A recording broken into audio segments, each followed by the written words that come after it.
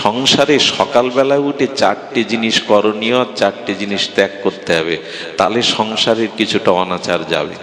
আমাদের জীবনে যা কিছু ধ্বংস, অকল্যাণ, পাপ প্রবৃত্তি ঢোকে পাঁচটা পথ দিয়ে, ছটা পথ না।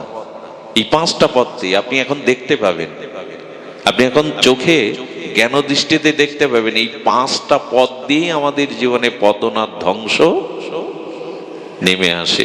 ছয়টা পথ নেই, পাঁচটাই। ভাগবত সেই পাঁচটার কথা বলেছি, আমি একটু সামান্য জানিয়ে বিশ্রাম রাখবো। সেই পাঁচটা প্রথম হলো সংসার পথ দিয়ে। সংসার পথ দিয়ে আমাদের জীবনের পতন, স্খলন সব নেমে আসে। অথচ সংসার আশ্রমকে, গারস্থ আশ্রমকে শ্রেষ্ঠ বলা হয়েছে। সেখানে মহাপ্রভু নির্দেশ দিয়েছেন, অনাচার ছাড়ো, সংসারটা কৃষ্ণের করো, নাহলে ওই সংসারের পথ দিয়েই তোমার জীবনের পতন নেমে আসবে। আমি গতকাল বলছিলাম, সংসারে সকালবেলা উঠে চারটে জিনিস করণীয় আর চারটে জিনিস ত্যাগ করতে হবে, তাহলে সংসারের কিছুটা অনাচার যাবে। কটা ত্যাগ করতে হবে শুনছেন না ঘুমাচ্ছেন? শুনছেন, অনেকেই ঘুমাচ্ছেন, জেগে থাকুন। চারটে জিনিস সকালে উঠে প্রথম ঘুম ভেঙে করতে হবে, চারটে জিনিস ত্যাগ আর চারটে জিনিস গ্রহণ। আমি বলছি আপনার সংসারের পথ দিয়ে আর ক্ষতি ঢুকবে না। প্রভাতে ঘুম থেকে উঠেই চারটি জিনিস আপনাকে ত্যাগ করতে হবে। প্রথম যেটি বলা হলো, ঘুম থেকে প্রভাতে শয্যা ত্যাগ করার পরে কেউ আয়নায় মুখ দেখবেন না। অভাব, দুর্দশা, অশান্তি, অভিশাপ ঢুকবে। দর্পণে মুখ দেখা যাবে না। কি দেখতে হবে? সকালে উঠেই বরঞ্চ দর্পণটা ওখানে রাখবে না যেখানে চোখ পড়ে যায়। স্বচ্ছ বস্তুতে তেমনি চোখ চলে যায়, ওখানে ভগবানের বিগ্রহ বা পট এগুলি রাখতে হবে। দ্বিতীয়ত, ঘুম থেকে উঠে বিছানায় কোনো কিছু আহার করা যাবে না। এখন কি বলে মাস্টার? গ্রিন টি দাও চা তো, হ্যাঁ। বিছানায় উঠে শয্যা ত্যাগ করে বিছানাতে কিছু অভাব আসবে, অভিশাপ আসবে, দুর্গতি আসবে এই পথ দিয়ে। এখন তো চারটে পরেটাও চলে বসে বসে, আলুর পরেটা, অমুক তমুক। বিছানায় মুখ মানে বিছানায় বসে কিছু পাওয়া যাবে না। তৃতীয় সংকেত হলো, ভোরবেলা যদি ঘুম ভেঙে যায় তাহলে দৈহিক সম্বন্ধ, কাম বা কামনায় জড়াবেন না, অভিশাপ ঢুকবে। যদি বলেন কোথায় পেয়েছে, এটা ভাগবতেরই সন্দেশ। এখানে দেহভোগ করা যাবে না। আর শয্যা ত্যাগ করার পরে কোনো কারণে কারোর সাথে কোনো ঝগড়া বা কটু কথা, প্রথম কথাটা বলা যাবে না। চারটে জিনিস সকালে উঠে ত্যাগ করুন। আপনার জীবনে অনেক অনাচার, অনেক অভিশাপ সংসার থেকে প্রায়শই সব অভ্যাসগুলো আমার মধ্যে তো আছে, এই জন্য বলছি। এই চারটে আপনাকে মানতেই হবে, নাহলে অনাচার ঢুকবে, অভিশাপ ঢুকবে। এর কোনো না কোনো কারোর সাথে আমরা জড়িত, এই চারটের সাথে কেউ না কেউ, কখনো কখনো। চারটি জিনিস করতে হবে, এটি নিষেধ, গ্রহণ করতে হবে চারটে জিনিস। খুব মার্মিক কথা। বৃন্দাবনের এক আচার্যের মুখে আমি শুনেছিলাম, কথাটা এখনো মনে রয়ে গেছে। প্রভাতে উঠে চারটে করণীয় কাজ। প্রথমে হাতের দিকে তাকাতে হবে ঘুম ভেঙে। কোন দিকে? বলে হাত দেখবো নাকি? সকালে হাত দেখতে হবে। হাত দেখার অর্থ হলো, হাতের অগ্র, এই যে করের অগ্রভাগটা দেখতে হবে। করের অগ্রভাগে বলা হয়েছে, করাগ্রে বসতি লক্ষ্মী। অর্থাৎ দেখতে হবে আমার করাগ্রে বসে আছেন লক্ষ্মী। আর হস্তমধ্যে বসতি সরস্বতী, মাঝখানে কে আছেন? সরস্বতী। হাতের মূল কেন্দ্রে দেখতে হবে শ্রী গোবিন্দকে। কি সংকেত দিল জানেন? এই হাত ভগবান দিয়েছেন সুবুদ্ধি আর সুকর্ম করবার জন্য, আর এই দুটো উদ্দেশ্য গোবিন্দকে সমর্পণ করে করতে হবে তোমায়। আচ্ছা, এই যে প্রণাম করা হাত দিয়েই তো, হাত এবং মাথা দুটো লাগে প্রণাম করতে। কেন জানেন? প্রকৃত প্রণাম সেই দিনই হবে। হাত হলো কর্মের প্রতীক, আর মস্তিষ্ক হলো বুদ্ধি প্রতীক। বুদ্ধি আর কর্ম দুটোই ভগবানকে সমর্পণ করো, এটাই প্রণাম, এটাই মঙ্গল। শুধু মাথা নত করলাম, হাত জোড় করলাম, এটা প্রণাম? এই জন্য সকালে উঠে সিদ্ধান্তে, হে ভগবান, করমূলেকে গোবিন্দকে দেখতে হবে, করমূলে গোবিন্দকে দেখতে হবে, মধ্যে সরস্বতী, অর্থাৎ কর্ম এবং জ্ঞান ভগবানকে সমর্পণ করেই দিন শুরু। প্রথম কাজ এটা করলে লক্ষ্মী, সরস্বতী, গোবিন্দ কৃপায় আপনার বুদ্ধি জ্ঞান এগুলি আসবে। দ্বিতীয়ত, প্রভাতে শয্যা ত্যাগ করে অবশ্যই শ্রী ভগবানের বিগ্রহের দিকে বা কোনো শুভ, কোনো মহামানব, শ্রীগুরু, এদের দিকে চাইতে হবে।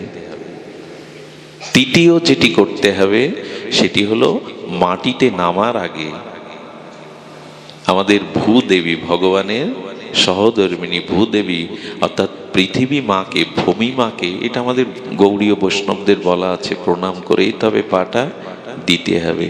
এবং সকালবেলা প্রথম কাজ হবে আপনার কোনো পশু পাখি জীবজন্তু পরিবারের কাউকে কোনো না কোনো খাদ্যবস্তু দিয়ে তবে আপনাকে মুখে খাদ্য দিতে হবে। চারটে শুরু করে দিন, কাল থেকে সৌভাগ্য আপনার জীবনে আসবেই।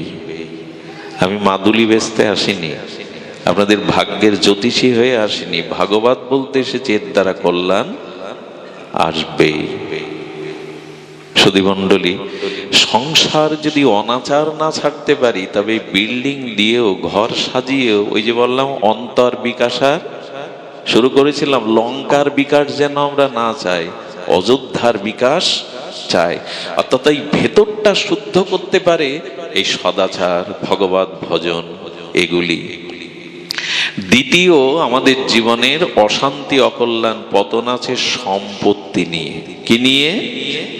সম্পত্তি। একটা অনুরোধ করব, সংসারে আত্মীয় স্বজন, জ্ঞাতি, ভাই, সম্পত্তির যার যেটুকু প্রাপ্তি সেটুকু তাদের বুঝিয়ে দিবেন, যদি অভিশাপ থেকে মুক্ত হতে চান। যার যেটুকু প্রাপ্তি, কারণ সম্পত্তি নিয়েই আমাদের জীবনে বিপত্তি। এই পাঁচটা ছাড়া অন্য কোনো পথ নেই আপনার জীবনের পতন আসবার, ধ্বংস আসবার। যেখানে যত সমস্যা, এই জন্য যার যেটুকু প্রাপ্তি, 5টা গ্রাম দিলে কুরুক্ষেত্রে হতো না, কিন্তু যুদ্ধ ছাড়া সূচের অগ্রে মাটি দেব না। এই তো, এই জন্য বলছেন সম্পত্তি যার যেটুকু প্রাপ্তি তাকেই দে। আমরা আঁকড়ে ধরে রাখতে চাই, অন্যকে বিমুখ করে আঁকড়ে ধরতে থাকতে চাই, সেটাই তখন অভিশাপের কারণ হয়। আরেকটি আছে সম্বন্ধ থেকে। কি থেকে? খবরদার নিজের রক্তের সম্পর্ককে, খারাপ হোক মন্দ হোক, মনের মতো না হোক, ওইখানেই সন্তুষ্ট থাকে চেষ্টা করুন। এদের বাইরে অন্য সম্পর্ক খুব গাঢ় করতে যাবেন না, জীবনে ওইখান থেকেই সমস্যা তৈরি হবে, ওইখান থেকেই জীবনের সমস্যাটা তৈরি হবে। শুধু ভক্তমণ্ডলী, এই জন্য আজকে কিছু মনে করবেন না, বাইরের সম্বন্ধকে আমরা বেশি আবেগ জানাই, কর্তব্য ওখানে উদলে ওঠে। হ্যাঁ, আমাদের সিদ্ধ রামকৃষ্ণ দাস বাবাজি মহারাজ বৃন্দাবনে, সিদ্ধ বাবা, রামকৃষ্ণ বাবাজি মহারাজ এত সিদ্ধ, মহান সিদ্ধ আচার্য বৃন্দাবনের, গর্ভধারিণী মা এসেছে ছেলেটাকে দেখতে। ওনার ভজন কুটিরের সামনে মা বসে রয়েছে, ওরা তো অন্তর্মনা, রাধারানীর চিন্তা করে, মার দিকে দৃষ্টি যায়নি 2 দিন। মা মনের কষ্টে অভিমান নিয়ে বাড়ি ফিরে গেছে। যেদিন মা ফিরে গেছে সেই দিন থেকে ওনার লীলা স্মরণ, ওনার অন্তরে রাধা মাধবের যা কিছু স্মৃতি সব গেছে। উনি কাঁদছেন, রোদন করছেন রাধারানীর কাছে, কারণ জল ছাড়া যেমন মাছ বাঁচে না, ওরাও তো লীলা স্মরণ ছাড়া বাঁচে না। চিৎকার করতে করতে গুরুদেবের চরণে পড়েছে। গুরুদেব বললেন, অজান্তে কাউকে, কারো চরণে তোমার অপরাধ হয়ে গেছে। পাশে যারা ছিল তাদের কাছে শুনলেন, আপনার মা 2 দিন আপনাকে দর্শনের জন্য এসে বসেছিল, আপনি চিনতেও পারেননি, তার দিকে তাকানো নেই। বাড়ি ফিরে গেলেন, মার চরণ ধরে 8 বছর মাকে সেবা করলেন বৃন্দাবনে, সিদ্ধ এমনি হওয়া যায়? আচ্ছা, বালি বলে গেল সুগ্রীবকে, সুগ্রীব রাক্ষসী এসছে, তার সাথে যুদ্ধের জন্য আমি গুহায় ঢুকছি, আমি না আসা পর্যন্ত এই দ্বার থেকে তুমি যাবে না। 15 দিন পরে দেখলো রক্ত ভেসে আসছে, রক্ত ভাবলো তাহলে দাদা মনে হয় মারা গেছে, এসেই রাজ্য নিয়ে নিল। বালি কেন সুগ্রীবের স্ত্রী কেড়ে নিল, রাজ্য কেড়ে নিল? কোন রাগে জানেন? রক্তটা এসেছিল, তোমাকে দেখতে হতো এটা কার রক্ত, ভাইয়ের রক্ত না রাক্ষসীর রক্ত।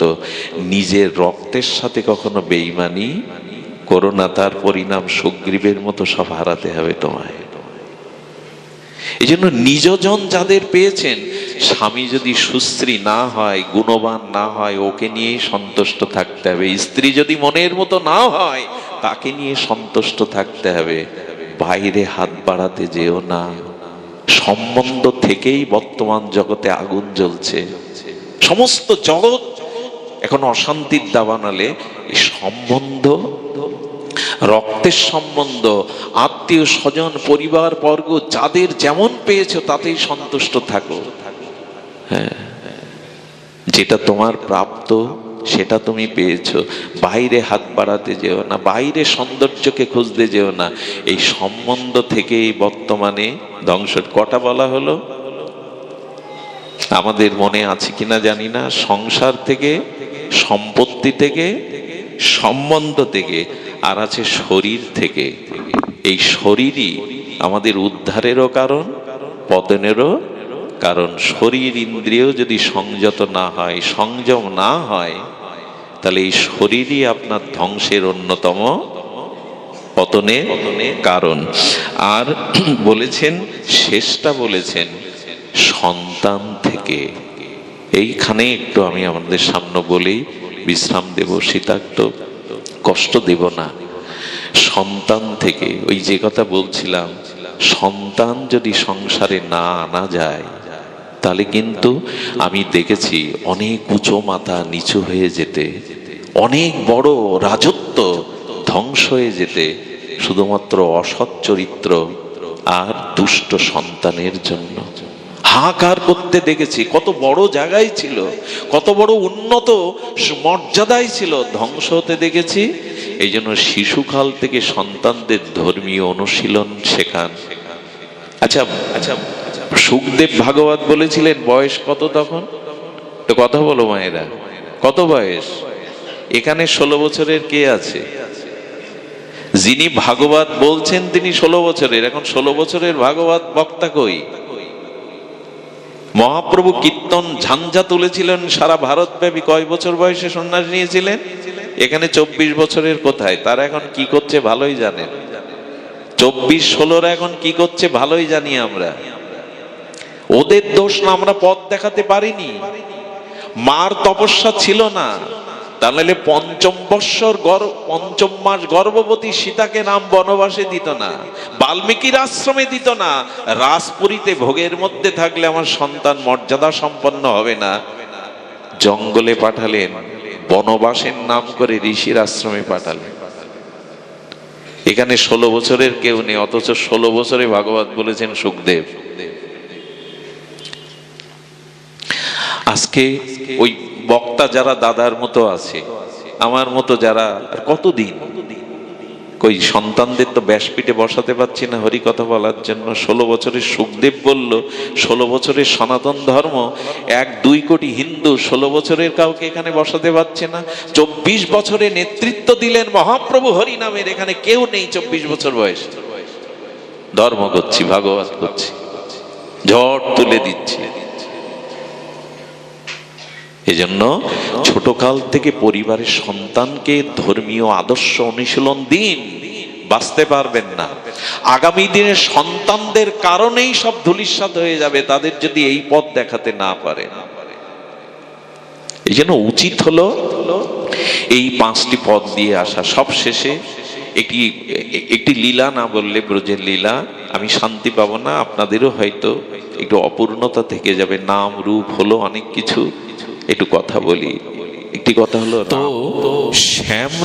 শ্যামলাল বলছে দেখ পূজিত দু চারটেই চাদর, শীতে বুড়িমা বড় কষ্ট পাচ্ছে।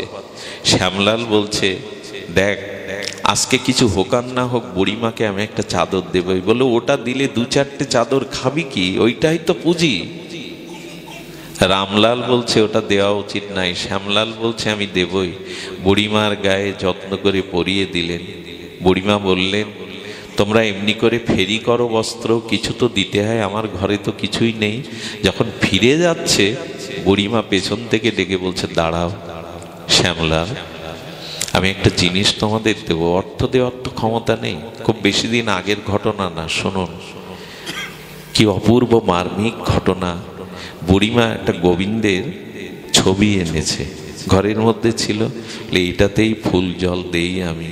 আমার কেন জানি মনে হলো আমার উপর তোমার এত দয়া, এইটা কাছে রেখে দাও, এটা কাছে নিয়ে ঘুরে বেরিয়েও।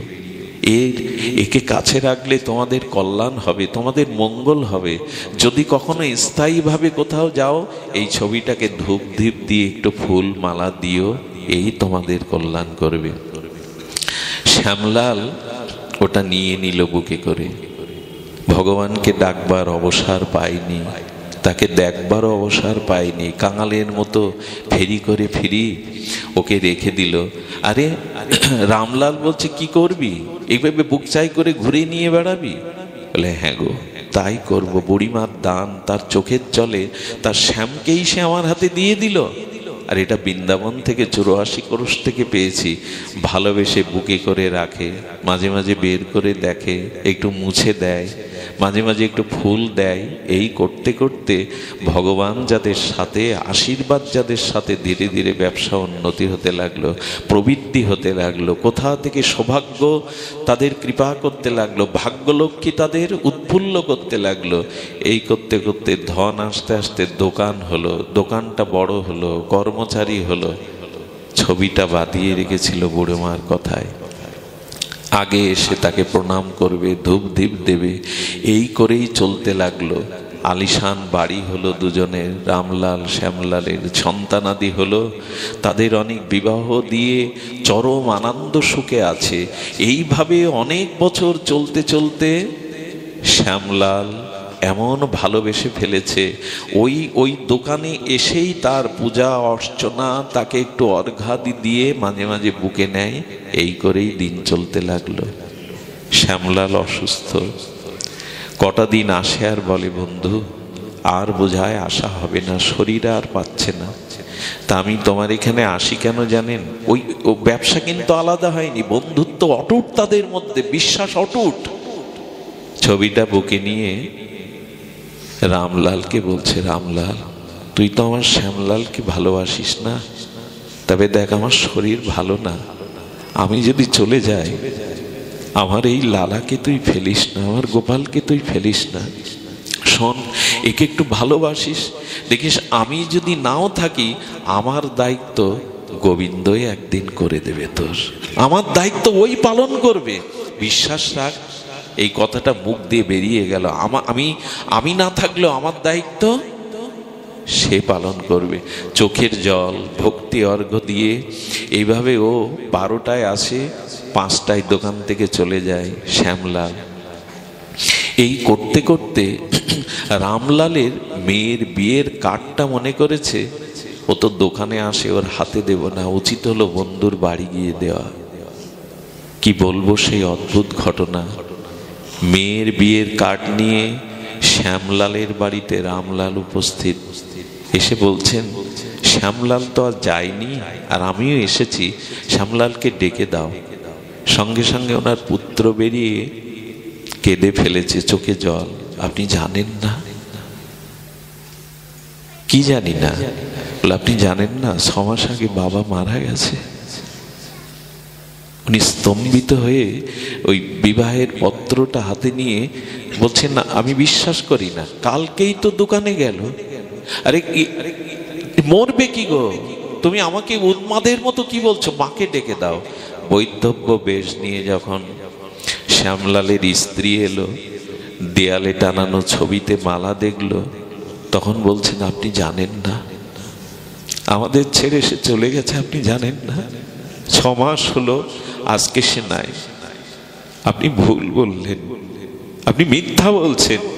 শ্যামলাল গতকাল আমার দোকানে আসলো, তার সাথে আমার হৃদয়ের অভিন্নতা দেখা না হলে তো বাঁচি না। আপনারা কোথাও ভুল বলছেন। সন্তানাদি প্রণাম করে সবাই কাঁদছে, বাবা চলে গেছে, আপনার ভুল হচ্ছে, আপনার ভুল হচ্ছে। রামলালের মনে তখন মনে পড়েছে, শ্যামলাল ভুলেছিল আমি যেদিন থাকবো না আমার গোবিন্দই আমার ভূমিকা পালন করবে রে। একে ভালোবাসিস, একে বিশ্বাস করিস, একে হৃদয়ে একটু স্থান দিস রে। একদিন আমি থাকবো না, কিন্তু আমার ভূমিকা ও পালন করবে। রামলাল বলল, কিছু ঘটে গেল না তো? আচ্ছা, এই 6 মাস যে চলে গেছে তোমরা আমাকে জানাওনি, তোমরা আমাকে জানাওনি। বললো, আপনি তো প্রতি মাসে আসেন, আপনি তো প্রতি মাসে ওর অংশের লভ্যাংশের টাকা দিতে আসেন। বলে, আমি আসি?